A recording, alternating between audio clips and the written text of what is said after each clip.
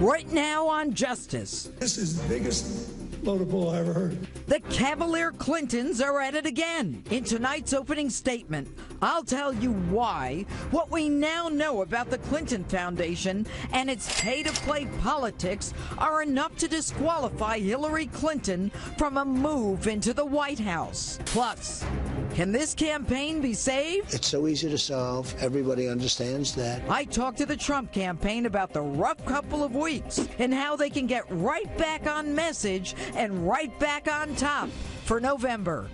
Justice starts now.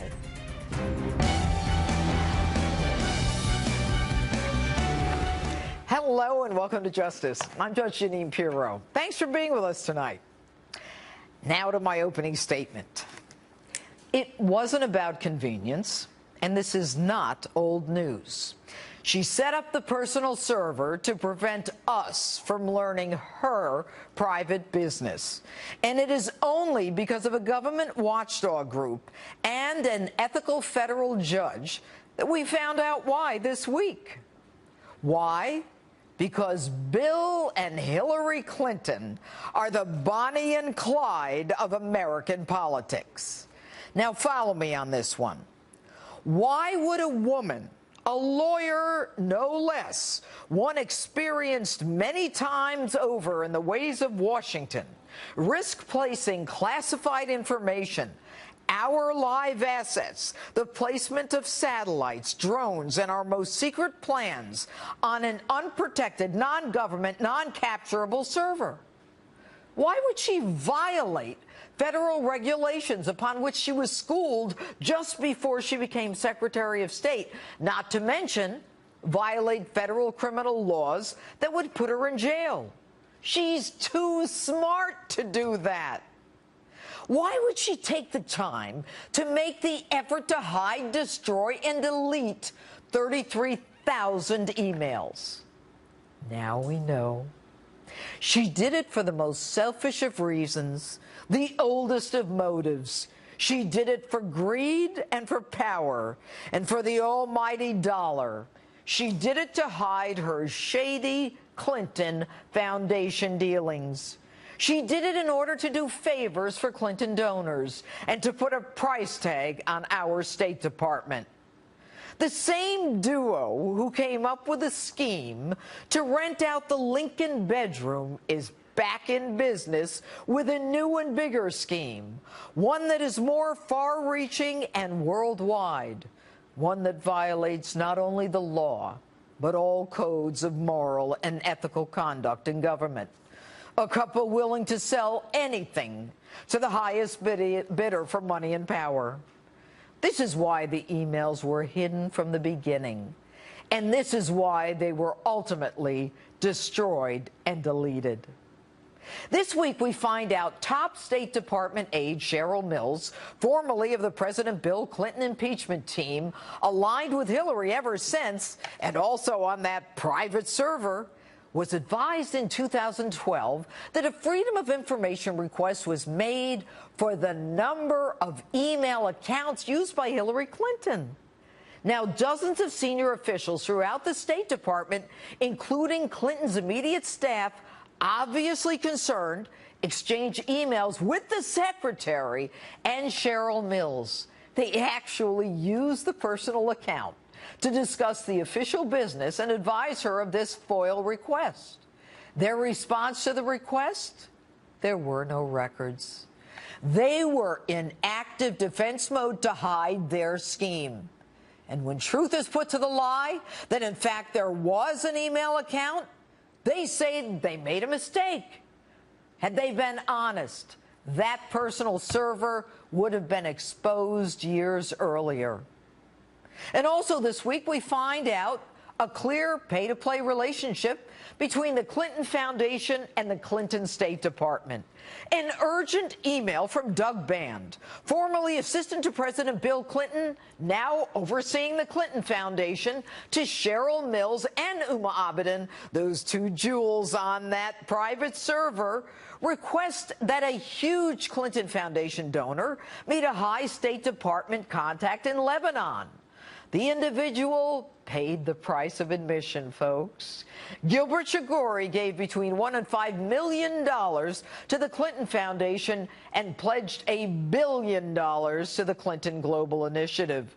So, of course, arrangements are made for him to meet with Jeff Feldman, the former U.S. ambassador to Lebanon, the country where Chagoury was doing business.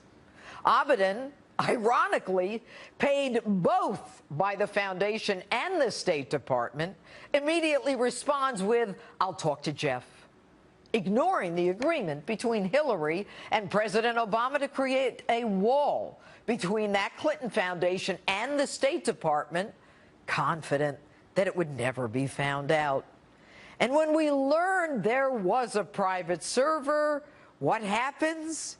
You do what anyone looking to hide the evidence does. You erase, you conceal, you hide, you destroy. Now, I've told you this before. The Clinton Foundation is nothing more than a money laundering operation parading as a charitable foundation, where estimates are that only 15% of its money goes to charities, the rest to expenses, a veritable slush fund for Clinton operatives and ex-employees, a convenient way to get money from foreign countries and donors not allowed to contribute to presidential campaigns, but willing to dump hundreds of millions of dollars into a foundation of a powerful Secretary of State and possible future president. Why and for what? For access, for information, for power. Folks, politicians on a much lower level, of course, have gone to jail for much less. And we find out this week that when the FBI, 3 separate offices, approached the Department of Justice to commence an investigation into this so-called not-for-profit 501c3, the Department of Justice refuses to do so. You know, and Fifth Amendment pleading Lois Lerner, when she opens files on small conservative organizations, she gets away with it, too. A few years' vacations, a bonus, and a pension. So it's no surprise that the DOJ refuses to investigate the Clinton Foundation. No surprise at all. The collusion between Loretta Lynch and Bill Clinton was on display for all to see in an astounding meeting on a tarmac in Phoenix, while an investigation of Bill Clinton's wife was being conducted by Loretta Lynch. And consider this one. Isn't it curious how Miss Lynch is willing to listen to the FBI when they recommend not going forward with charges against Hillary Clinton? But when the FBI recommends going forward with a criminal probe on a blatant pay-to-play bribery investigation of the Bill Hillary and Chelsea Clinton Foundation, their answer is a resounding no. And you know what, folks? The Clintons, they're not even grateful. They are classless. Take a listen. The FBI director said when he testified before Congress, he had to amend his previous day's statement that she had never received any emails marked classified. They saw 2 little notes with a C on it. This is the biggest load of bull I ever heard. You know, the FBI's ability to lose decades of hard-earned and well-respected credibility is now on display for the country to see. You know, Jim Comey is the FBI director, and I told you, Jim, last week what happens when you run with these kinds of people. Jim, you're running with dogs, and you know better than I that when you lie with dogs, expect to get fleas. Jim, listen to that comment from Bill Clinton. Jim, my friend, you deserved it. And that's my opening statement. Tell me what you think on my Facebook page or Twitter, hashtag Judge Jeanine. And with me now, Progress Texas Executive Director and Hillary Clinton supporter, Ed Espinoza. All right, Ed, let's talk about the fact that you've got Hillary Clinton's aides employed by the Clinton Foundation and the State Department when Hillary Clinton promised President Obama that there would be a wall between the foundation and the State Department. How did she get around that when she signed an MOU, a memo of understanding with the president, that there would be no connection between the two? Well, first of all, thanks for having me back. I do appreciate being here. And as far as the emails go, look, I've worked in a government office before. Many people have. You can't always control the emails that are coming in to your office. No, that's not my question. I'm not talking about the emails. I'm talking about Hillary Clinton said that there would be a wall between the State Department and the Clinton Foundation. So if there is that wall that she promised the President of the United States, how is it, number one, that Uma Abedin is paid by both the State Department and the Clinton Foundation, and that she is reaching out to the State Department to make sure that a Clinton Foundation donor gets a meeting with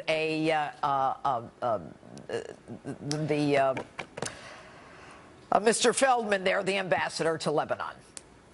Well, I'm not certain that she was getting paid by both organizations at the same time, which is, okay, well, that's an important distinction. That I'm not familiar with those details, but I will say this. If there's an MOU between the State Department and another office in the government, that doesn't necessarily bind an outside entity by that MOU. The MOU was between Hillary Clinton and the president, saying that there would be a wall between the foundation and the State Department. I'm trying to give you an answer to it. Respectfully, if the other organization from the outside sends an email and they send requests, they're not bound by, the outside entity is not bound by that MOU. Now, as I was saying, I've worked for government offices before. Lots of unusual and sometimes misguided requests will come into those government offices. The important thing is do the offices receiving them have the judgment to act or not act on them? And in this case, I don't think there's any evidence that the State Department did act on those emails. Yeah, they set up the meeting, Ed. They set up the meeting. And by the way, when you've got the same woman employed by the foundation and the State Department who's setting up the meeting for a guy who gave $5 million to the foundation, whether or not the meeting occurred is not the issue. Shigori and Feldman say it didn't occur, but they set up the meeting. You got a problem with that? I'm really not familiar with those particular details, so I wish I could tell you more. All right. I don't know that far on it. All right. You know, Bill and Hillary Clinton released their taxes today, and 96% of their charitable donations went to their own foundation. Did you know that?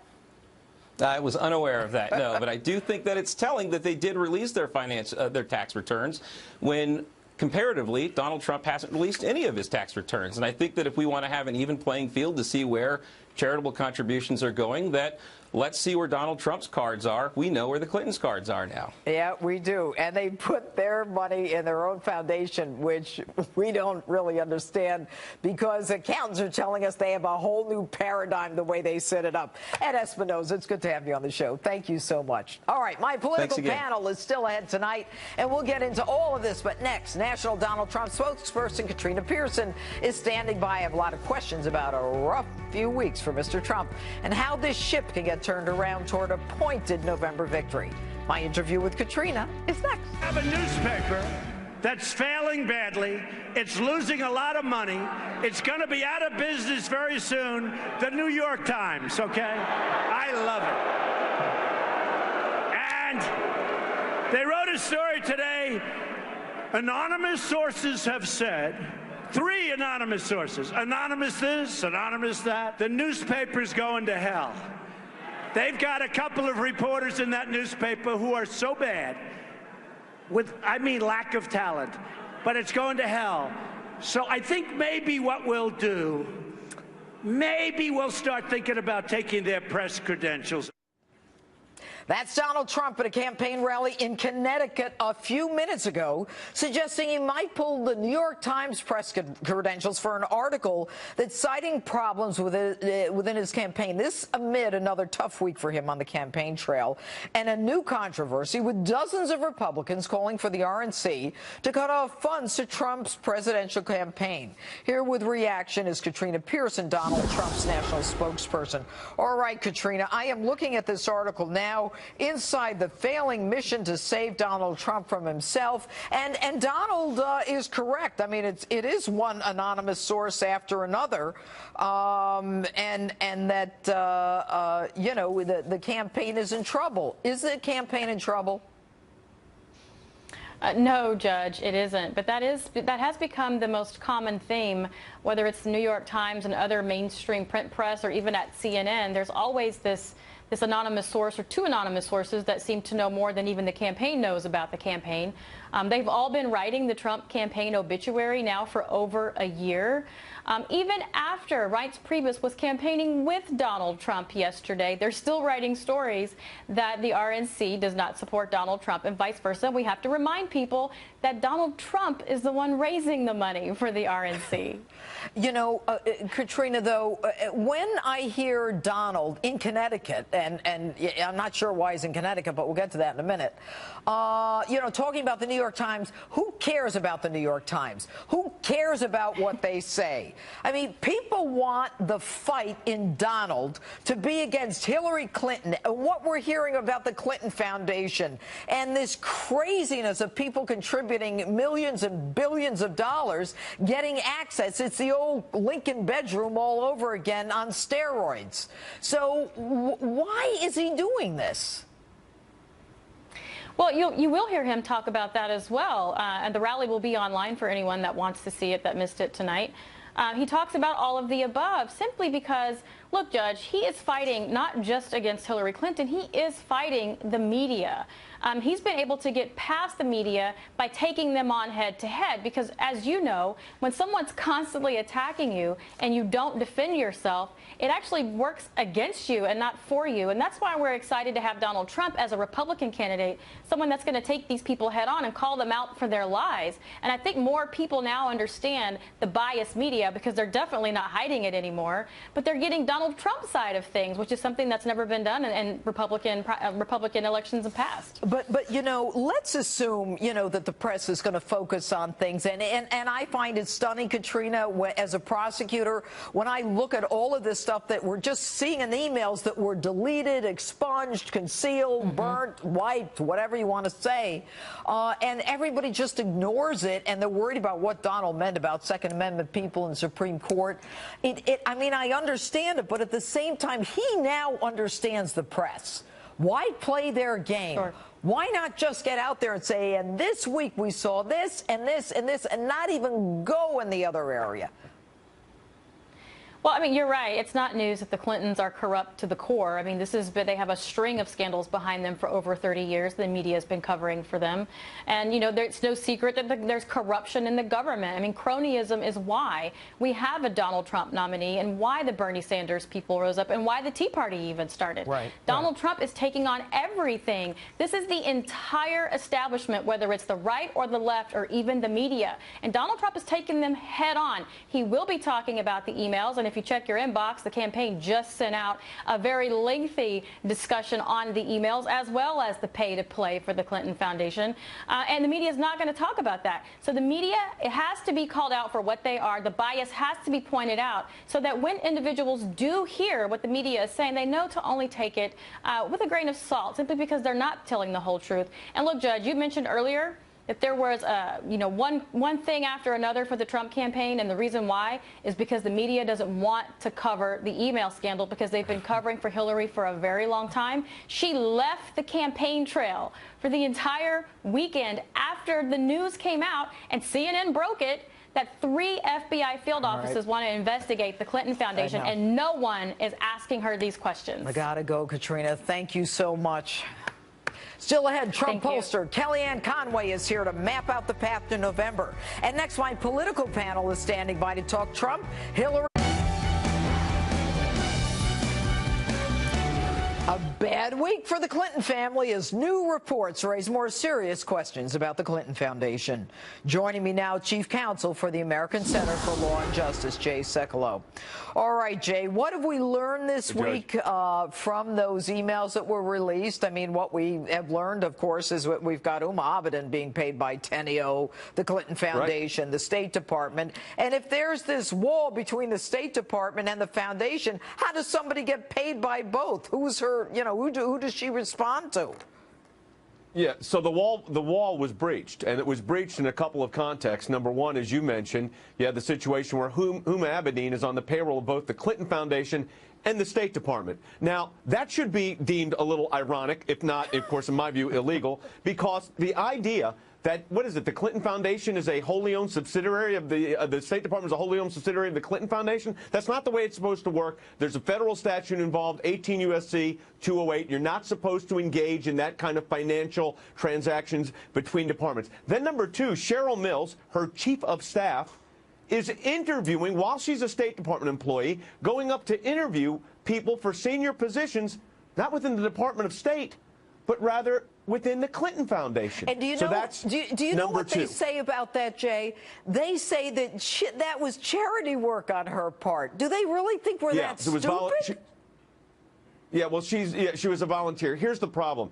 The Secretary of State signed a document when she became secretary. It was actually on her Senate letterhead saying she understands the rules. There'll be no commingling of activities between the Clinton Foundation and the State Department. She breached those. And then with the sharing of employees. Have you ever heard of such a thing? I mean, I was a government lawyer. You were in government. I mean, sharing employees? You don't get to do that, especially when you're the State Department head, the Secretary of State. Then number three. You have the pay for play. Basically, you make a large donation, an email comes out saying to Abedin saying, take care of this guy, basically VIP treatment. Now, if Hillary Clinton was not the Secretary of State, does that individual get that kind of access to the State Department? It really doesn't matter whether the meeting took place or not, although I think the next series of Freedom of Information Act requests needs to get that information. That's the information we need now. What happened once the request was made? Well, Jay, certainly more to come. And the guy Shigori, a conviction, a lot of stuff going on. $66 million fine for corruption. A lot of bad stuff there. Very bad stuff. Anyway, Jay, thanks so much for being with you. More time next time. Thanks, Jeff. All right. Quite a week of controversy for both of the candidates. A lot to talk about. We're going to get right to it with my political panel, Republican strategist and Trump campaign senior advisor Boris Epshteyn, and political commentator and Clinton supporter Danielle McLaughlin, who we are welcoming to justice for the first time. Okay, I'll start with you. Not a good week for Donald. He's down 10 points. What is going on? LA Times within 1 point, Bloomberg, Reuters within margin of error, no problem at all. Listen, our bad week, quote unquote, was he said that there's political voter fraud. Voter fraud happens. Her bad week is you learn of more emails. You learn the fact that she perjured herself in front of Congress when she said she turned over all her emails. And then you learn about Cheryl Mills' visits to New York. And she's saying those are for charity. We all know, just like you said, we all know better. Also, did she meet with the heads of Walmart and Amazon for charity? That's a lie. They continue to lie to the American people. What I'm saying is, I made all those arguments. It's not helping him. It's hurting her. Well, it's hurting him and helping her. Why? So we have 86 days left to go in this election, right? It's all about making a case to the American people that Donald Trump is better on national security. But he made his case. He was up last month. And polls go. Dukakis was up 17 after the DNC. Hey, LA Times, he had 10 points and now he's up by 1. So Donald Trump can't get out of his own way to fix this campaign. It's about discipline. This election, this campaign is a job. This is a job interview. He has shown a lack of discipline. He has shown a lack of real policies. And this nonsense about voters and rigging in Pennsylvania, there are 800,000 more Democrats in Pennsylvania than there are Republicans. So if we get out the vote, then Clinton will take this without any kind of voter rigging. In 2012, there wasn't one voter for Mitt Romney in Philadelphia. You really believe that? Listen to this. Not one voter. I know voters personally I've got a who voted for Mitt Romney in 2012. My response to that is in 2012, the state of Pennsylvania signed a legal stipulation declaration saying that they had no knowledge of any voter fraud in that state or outside. That doesn't mean it didn't happen. And I was on the McCain campaign in 2008, and we'll tell you for a fact I focused on voter fraud. We'll tell you for a fact it happened in Ohio, I'm a Pennsylvania, prosecutor. I know what country. happens. I prosecuted. Okay, I don't need some political person to tell me it doesn't happen. I'm just reminding the people, not telling you. Let me go back, though. You say that he's running for a job. He is running for a job. And last month he was winning. So what happened? I think that he is using what worked in a primary campaign, and it's not working in a general. That he hasn't made the pivot. He hasn't made the pivot. He is shrinking the map for Republicans. Of course he's made the pivot. Again, He's not. you're talking about polls that are 86 days out. Dukakis was up by 17 after the Democrat National Convention. But not after What is he doing in Connecticut tonight? He's in a great rally in Connecticut. It's not a swing state. Why is he in Connecticut? Because Donald Trump is somebody who is a complete game changer. Look at states like Wisconsin, Michigan, Pennsylvania, and Connecticut. They are in play. And if you go 5 miles away from the coast in Connecticut, Connecticut is a town with a lot of those Rust Belt voters, and he's getting those energized, and we will win Connecticut. He needs to be in a swing state. She's beating him in the swing states. He was in swing states all week. He was in Florida about 5 times, in Pennsylvania about 5 times. What Donald Trump is doing. Where's Hillary today? Excuse me. Let me finish. No, let her finish. What Donald Trump is doing now is what Richard Nixon did many, many years ago. He tried to visit all 50 states. That is a strategic error on Donald Trump's part. He needs to focus on Ohio, on Florida. He needs to focus on North Carolina. He's not going to Hawaii or Alaska. It's not the same thing as 1916. First of all, second of all, Richard Nixon won that election if it wasn't rigged by the Kennedys. Second of all, Hillary Clinton is nowhere today. She's down all weekend. Can I say something about Donald? Everybody knows that he's my friend in the interest of disclosure. I know Donald Trump. The man doesn't sleep, all right? If he can go to 900 states, he would. That's just who the man is. And we're getting voters in those states. We're getting people excited. And also, by having a rally tonight, it's all over television. So it's not just Connecticut that's seeing him. The whole country is seeing him. It's being covered because and he's a workaholic. I don't know about her. No, she's taking a nap. She's down all weekend. She's taking a nap. Bill Clinton was in Vegas last night. How'd that go? Every single person that's what happened in Vegas? He's the one who said that it was BS that Jim Comey, the head of the FBI, who did him a solid. Excuse me, Danielle, was that stupid? I cannot comment on that, and I will not. I want to go back. You're on television. What happens in Vegas stays in Vegas. I want to go back. I want to go back to whether Hillary Clinton is a hard. No. Answer the. Is that dumb for the president of the United States to say that's BS for the FBI director who cut his wife loose from a case? She likes Loretta Lynch, but he doesn't like Comey, huh? What I will say is Loretta Lynch and, this whole Clinton, Plain, Arizona, complete mistake. Absolutely mistake. Clinton has made mistakes. I can admit that. And now we know that Loretta Lynch also shut down investigations. 3 FBI offices, field offices, wanted to investigate the foundation. Loretta Lynch shut it down. She can do problem. She could do. She's been promised that job in the Clinton administration. Yeah, Hillary promised it on television. Donald Trump is promising his daughter a place on his cabinet. If that's not cronyism, I don't know what So is Bill and Hillary Clinton. Come on. When? I think Chelsea will take the role of First Lady. That's not the same. That's not the same as the head of the DOJ cutting them a break. It's always good with the panel here. What are the key states that can unlock a victory for Donald Trump in November? Kellyanne Conway is a Trump pollster, and she's here to walk us. The battle for the swing states is on, and new polls this week show Hillary Clinton with a significant lead in some of the key states. Here to break it all down and talk about what Trump needs to do to turn it around, Trump campaign pollster Kellyanne Conway. All right, Kellyanne, good to have you on Justice. What I want to do is I want to talk about those swing states. Donald is not doing as well as he was doing. He's down nationwide, but I want to go through some of the states. I'm going to get them up on the screen. I want to start with Florida. Now, he won big in Florida. Right now, Hillary's at 44. He's at 39.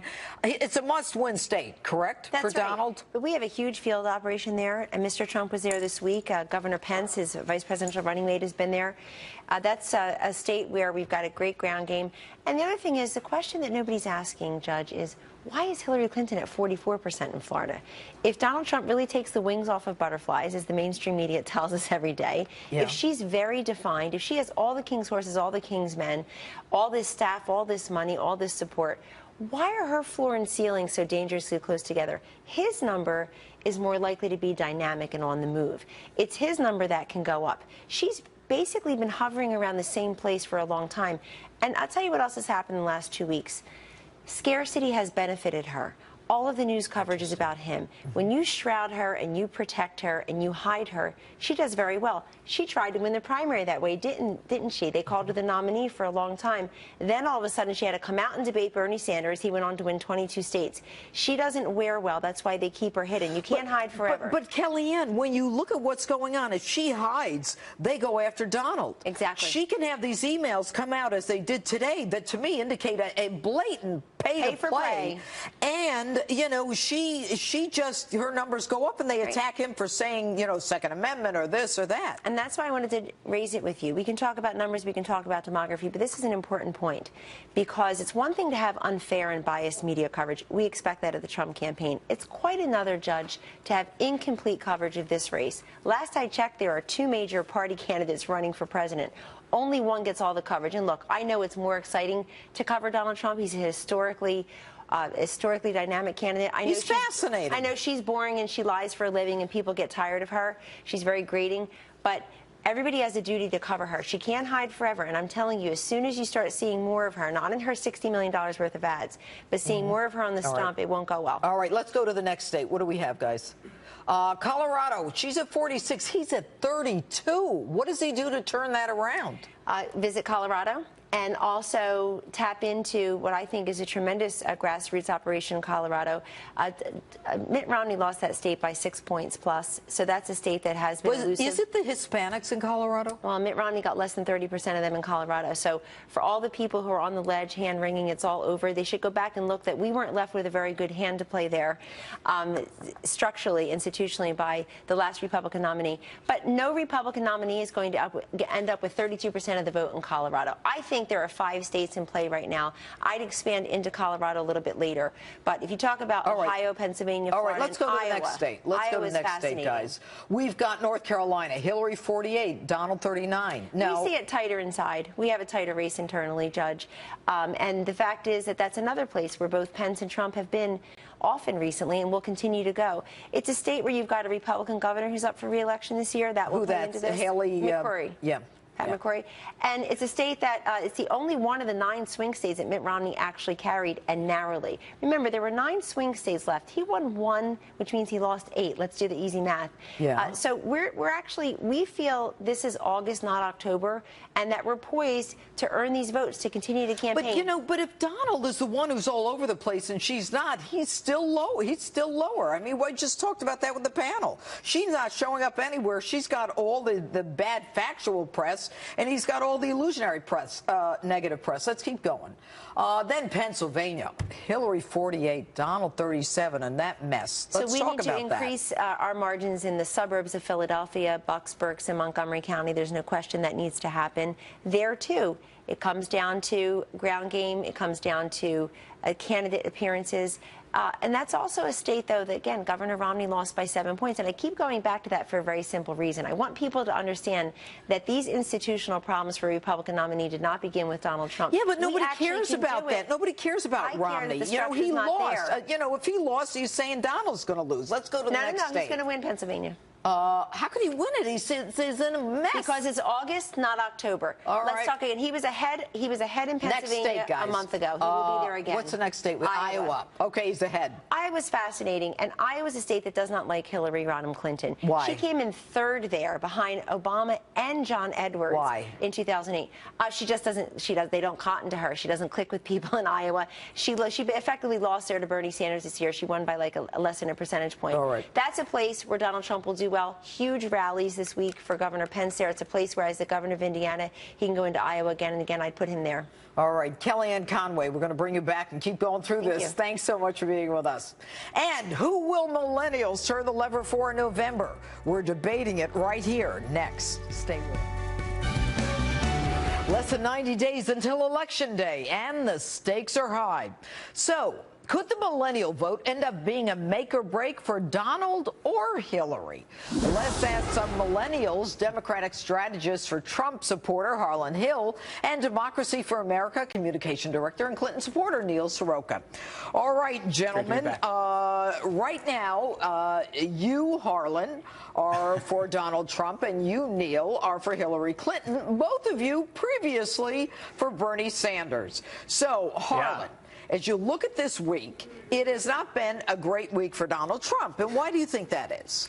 Well, I think that he's stepped on a rake a couple of times. He's making some style mistakes that I think that are avoidable. But it's important that he starts telling one important story that millennials will respond to. They are anti-taxes, they are anti-regulation, and they're anti-central control. If he starts framing the liberal ideology in those terms, I think that he can speak to a lot of millennials. Remember that we came of age during Obamonomics. We don't remember good times. And if he starts talking about how it's possible to have a pro-growth president in the White House, I think that a lot of us will respond to it. And it won't come from social programs. It'll come from economic growth. What do you think of that, Neil? I think that's pretty funny. I mean, listen, we know that Bernie Sanders got a record number of millennials out to the polls in the Democratic primary.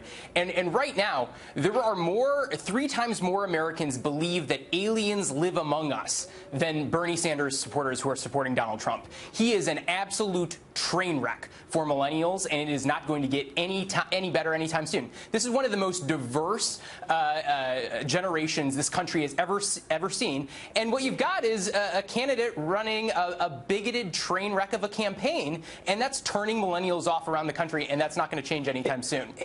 In all due respect, only 43% of millennials say that they're going to vote for Hillary Clinton, according to the ABC News Washington Post poll. So the notion that there's overwhelming support for her is wrong. It's not founded in the facts. I mean, look, 25% say they're going to vote for Donald Trump, another 16 are going to vote for Johnson, and then another 9 are going to vote for Stein. So this is cut up. She doesn't have the appeal that Barack Obama did or Bernie Sanders did to millennial voters and Sanders supporters. Well, here's what we know, is that there is absolutely no way that Donald Trump is going to win millennials' votes. And listen, I think it'll be interesting to see where polling ends up as we get closer and closer to Election Day. I think more and more millennials are going to be these smart voters that they have been so far and understand that this election is really a choice between 2 candidates. One candidate who is a bigoted circus barker and the other candidate, Hillary Clinton. And I think they're going to naturally gravitate towards the sensible candidate. With all due respect, Neil, if you want to call one name, you have to call the other one a liar. A neocon. Sure, that's going to happen. That's already happening here. Excuse me. I get to ask the question. A liar and someone who has repeatedly lied to the American people about a video, about classified emails. Her husband comes out and basically says the FBI director is full of a load of BS. I mean, come on. Yeah, listen, I think that is going to be the charges that are made against Hillary Clinton. And listen, I think that millennial voters are watching Donald Trump, what he says and what he does, and that's more important than any of these innuendos and claims that are being made by... Did you call it an innuendo when someone lies to the American people? Is that an innuendo? Listen, we know that Donald Trump is a repeated liar to the American people. This is a guy who can't get through a secret without saying something untrue. Neil, what did he lie about? What has he lied about? Yeah, what has he lied about? Tell me. So one thing that he lied about just this past week is that he was somehow trying to gin up gun fanatics when instead he was actually threatening a presidential candidate. That was a lie. Really? And what about the fact that the night in Benghazi they waited 13 hours and Hillary Clinton said that it was about a video and we couldn't have gotten there in time? Was that the truth? How many millions of dollars are Republicans going to pour into investigating Benghazi and finding nothing? Do you really believe hundreds of millions of dollars? Huh? They have found nothing. They have found nothing. What have they found? What have they found to go after Hillary Clinton with? What are they going to go after her with? The fact that there are 4 people who died, and she criticized. Yeah, they are, which is incredibly unfortunate. You know what? Let me explain something to you. When I ask a question, you listen and you answer. All right? Sure. Go ahead. Go ahead. Look, Hillary Clinton does not, I mean, she's a neocon. She's supported every war since Vietnam. She's pro-Wall Street. She's anti-worker. I cannot in good conscience support her. And I think a lot of millennials actually are in the same boat as me. And when you look at the polls, if you trust the polls, I'm right. All right. So, Neil, what does Donald Trump have to do to get your vote? And, Harlan, what does Hillary have to do to get your vote? So Donald Trump needs to run a completely different campaign. Yeah, Donald Trump needs to run a completely different campaign. He needs to go back to 2008 and maybe think about how he's going to comport himself over the Obama presidency. I think, listen, he's lost the millennial vote. It's not going to happen anytime soon. I will come back on the show and grovel if he wins the millennial vote after this election is over. Harlan? It's important to say that he may not win the millennial vote outright. He may not win a plurality, but he is going to peel enough voters away. All right, Neil, Harlan, thanks for being with us. And we're going to be right back. In tomorrow night for a special Sunday edition of Justice at 9 p.m. And you'll get a dose of street.